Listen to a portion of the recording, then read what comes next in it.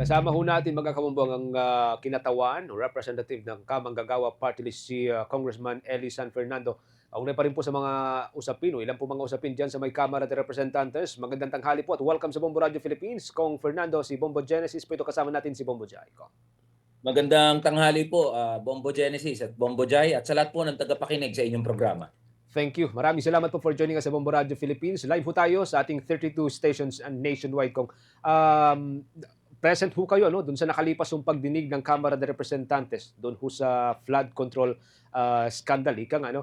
Sa ngayon, kontento ho ba kayo sa takbuhan ng pagdinig both sa Kamara at sa Senado? Kong. Alam niyo, maganda na may mga lumutang, mga nabanggit na pangalan, may they be congressmen or senators. At yung mga kasabwat nila, kasi under oath to na binanggit ng mga sangkot na mga contractors, yung mga kasabwat nila sa iba't ibang sangay ng pamahalaan. Pero alam niyo, hindi ko masisisi ang mga kababayan natin, yung mga manggagawa at ordinaryong Pilipino, kung tinitignan nila itong mga pagdinig na ito na pagkahaba-haba. Kasi alam niyo, hindi biro yung mga nai-implicate na mga pangalan ng mga politiko, mga congressman man yan o mga senador. And they said this under oath. At ang tingin ng mga mamamayan dito, bakit binanggit na itong mga pangalan? Inamin na nila on record and under oath na may nakukuha sila na kickback at SOP. Bakit wala pang nakukulong? Bakit hindi pa pinapakilos yung buong instrumento at mga ahensya ng gobyerno para hulihin, ikulong, o may makulong man dito sa mga nababanggit na mga pangalan. So while we welcome the development dito sa mga pagdinig sa Kamara de Representante at sa Senado, I cannot blame the Filipino people if they view this na parang puro kayo hearing, puro kayo pagdinig, pero walang nakukulong. Pahaba ng pahaba ang istorya. Parami ng parami yung mga cast of characters na nasasangkot dito sa maanumalya at ghost flood control projects. So while we welcome the development, hindi ko masisisi ang mga tao kung nakikita nila ito bilang napakakupad, napakabagal, pahaba ng pahaba ang storya.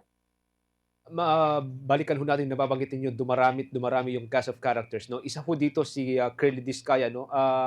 1 week ago nung nagkaroon po ng pagdinig ang Kamara, trinay ho ninyong nag-move ho kayo na ipa-cite in contempt itong si Curly, pero parang hinarang po ito ng ilang mga kapwa ho ninyong mambabatas. Ngayon kahapon cited in contempt.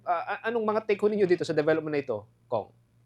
Ayan ho mismo ang binabanggit ko, Bombo Genesis, na itong si Curly Discaya, paikot-ikot yung kanyang storya. Alam nyo, the reason why I moved to cite him in contempt in the House of Representatives, kasi paamin na siya.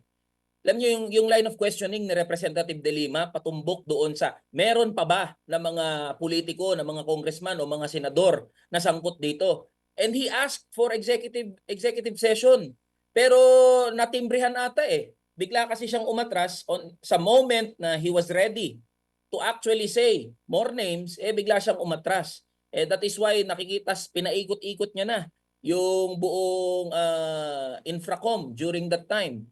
So in my belief, wala na tong patutunguhan kasi pinapaikot lang tayo, niloloko na tayo nito, nagsisinungaling na to. There's no more reason to listen to him, and that is why I moved to cite him in contempt. Sadly, hindi lang nasigundahan, walang sumigunda ng mga kasama ko sa Kamara de Representante, but it is a positive development na na-cite siya in contempt sa Senado. Kasi alam niyo po, ang punto lang dito, kailangan tumuga yan si Curly Discaya. Kailangan sabihin niya na lahat ng nalalaman niya at wala na siyang itago pa. Wala na siyang ilihim pa. Sabihin niya na lahat ng nalalaman niya. And the only way to do that is talagang ipitin siya. I-cite him in contempt. Nang sa gayon, baka makapag-isip-isip siya na wag niya nang lokohin yung Kamara o ang Senado at just tell the truth and nothing but the truth, but the whole truth. Yun naman yung sinumpaan niya kapag dumadalo siya sa mga investigasyon. And sa ngayon ay humihingi na po siya ng witness protection program under sa Department of Justice. Kaninang umaga nandun po siya. Okay, ang ating pong kasamahan si Bombo Jai para sa mga karagdagan pa mga development, Bombo Jai. Representative, may mga mekanismo po ba kayo na maimumungkahi para masubaybayan ang implementasyon ng mga proyekto at maiwasan ng overpricing o itong ghost projects? Alam niyo po, Bombo Jai, hindi natin maisasantabi sa buong narrative nitong mga anomalous and ghost flood control project. Kasi nangyari lahat yan dahil sa insertion. Nangyari yan dahil sa bicameral conference committee meeting. Kasi ang daming mga proyekto na bigla na lang sumulpot during the bicameral conference committee meeting. Yan yung mga ipinasok na iba't ibang mga proyekto.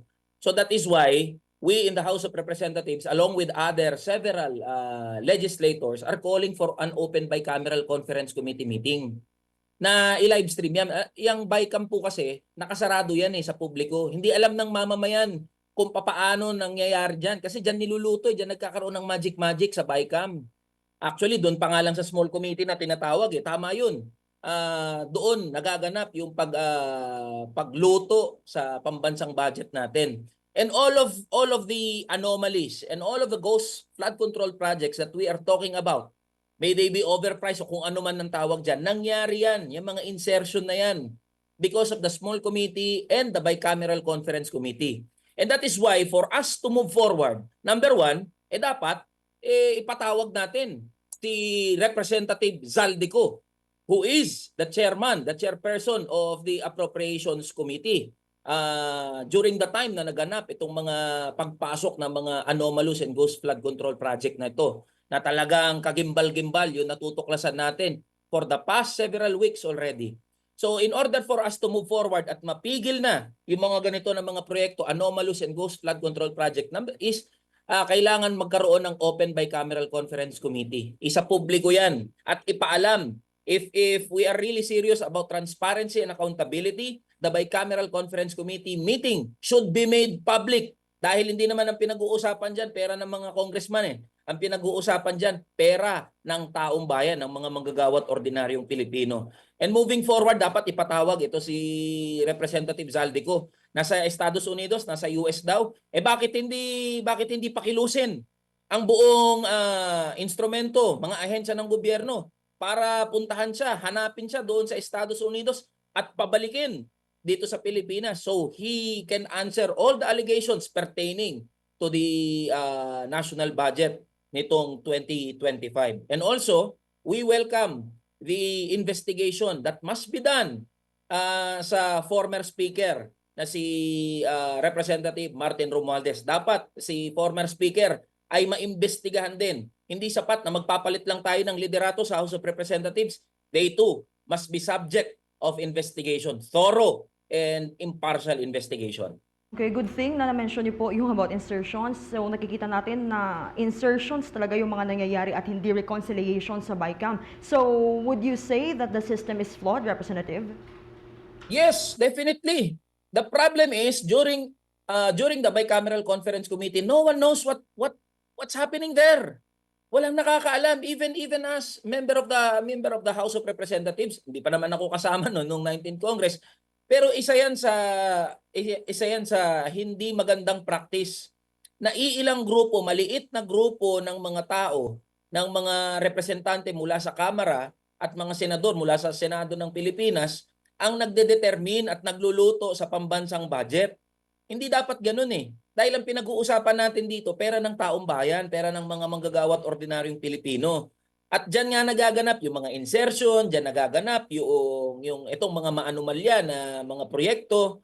So it must be made public. We have already filed a measure na gawing open bicameral conference committee meeting. And this does not only pertain to the national budget. Pinatutungkulan din natin dito yung iba pang measure na dumadaan sa bicameral conference committee meeting.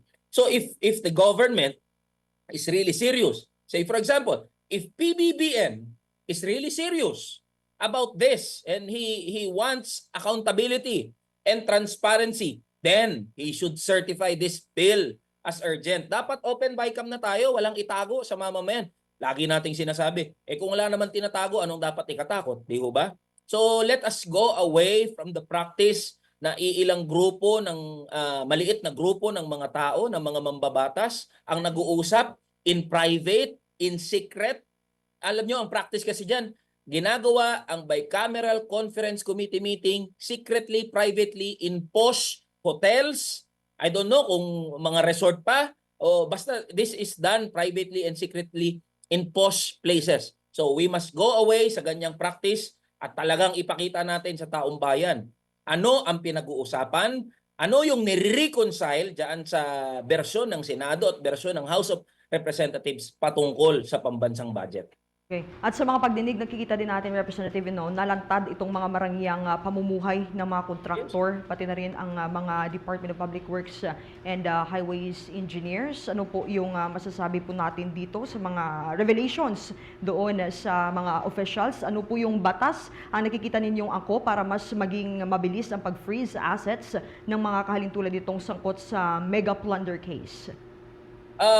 Alam nyo, the system is in place na kung gugustuhin, pwedeng habulin at pwede nang i-freeze. At sa totoo lang, we welcome yung pag-freeze ng assets through AMLAC nitong ilang mga kontraktor at mga sangkot na DPWH officials.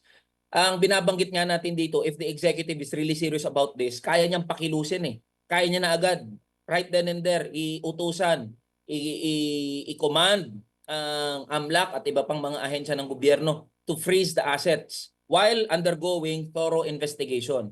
And if proven guilty dito sa mga anomalous and ghost flood control projects, and alam nyo, flood control project pa lang yung pinag-uusapan natin dito. Just, it's tip of the iceberg. Di pa po natin pinag-uusapan yung farm to market roads, yung mga irrigation, yung mga solar lamps, yung mga cat's eye, yung mga rock netting. Ang dami-dami. Hindi lang po yan flood control. Sobrang daming dapat investigahan.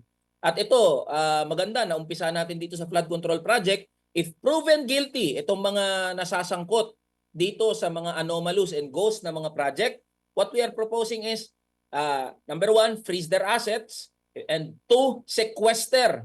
The government must sequester all the properties nitong mga kontraktor, nitong mga DPWH officials, including politicians. Itong mga senador o mga congressman, dapat ma-sequester ang kanilang mga ari-arian. And we are also reviewing already the procurement related policies and laws. Maybe we can review that at tignan natin kung ano yung pwede nating ma-improve. Okay. Nang sa gayon, at the procurement level pa lang, mapigilan na natin itong mga anomalous and ghost na mga proyekto ng gobyerno. Okay. Sige, kung maraming salamat. Thank you for joining us sa Bombo Radio Philippines. For a minute, gusto kong kunin po yung inyong pong reaction dito ho sa, kasi nababanggit po ninyo maraming mga measure, buksan yung BICAM, lahat-lahat. So, Yes. mangyayari ho kaya ito under sa term ni Congressman Bujiti as House Speaker ng Kamara?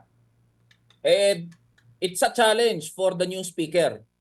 Alam nyo, binanggit niya sa kanyang speech when he was installed as the new Speaker of the House of Representatives na he is for transparency, he is for accountability, walang sasantuhin, walang kaibigan, walang kabaro, walang kaalyado. And we will put him on his word kung talagang seryoso siya dito. And we are calling out to Speaker Bojidi. You have already said that during your speech, and we will hold you accountable to what you have said in front of the Filipino people. Kung kayo po ay talagang seryoso, then kailangan po na mapabilis ang pag-uusap at pag-deliberate dito sa mga panukala ng mga mambabatas na una, gawing open ang Bicameral Conference Committee meeting at ito pang mga other several measures na makakatulong sa pagtugon dito sa usapin ng korupsyon sa ating bansa. And also, uulitin ko, Representative Zaldico must go home, must go back here in the Philippines, and he must be made answerable to all the allegations pertaining to the 2025 national budget. And the former speaker, Representative Martin Romualdez, must be thoroughly investigated sa kanyang naging papel, sa kanyang naging role dito sa anomalous and ghost flood control projects and all related na mga usapin patungkol sa national budget. Okay. Thank you so much for joining us sa Bombo Radio Philippines. Maraming salamat po. Maraming salamat po. Thank you so much. Si Congressman Eli San Fernando ang kinatawan ng Kamanggagawa Party List.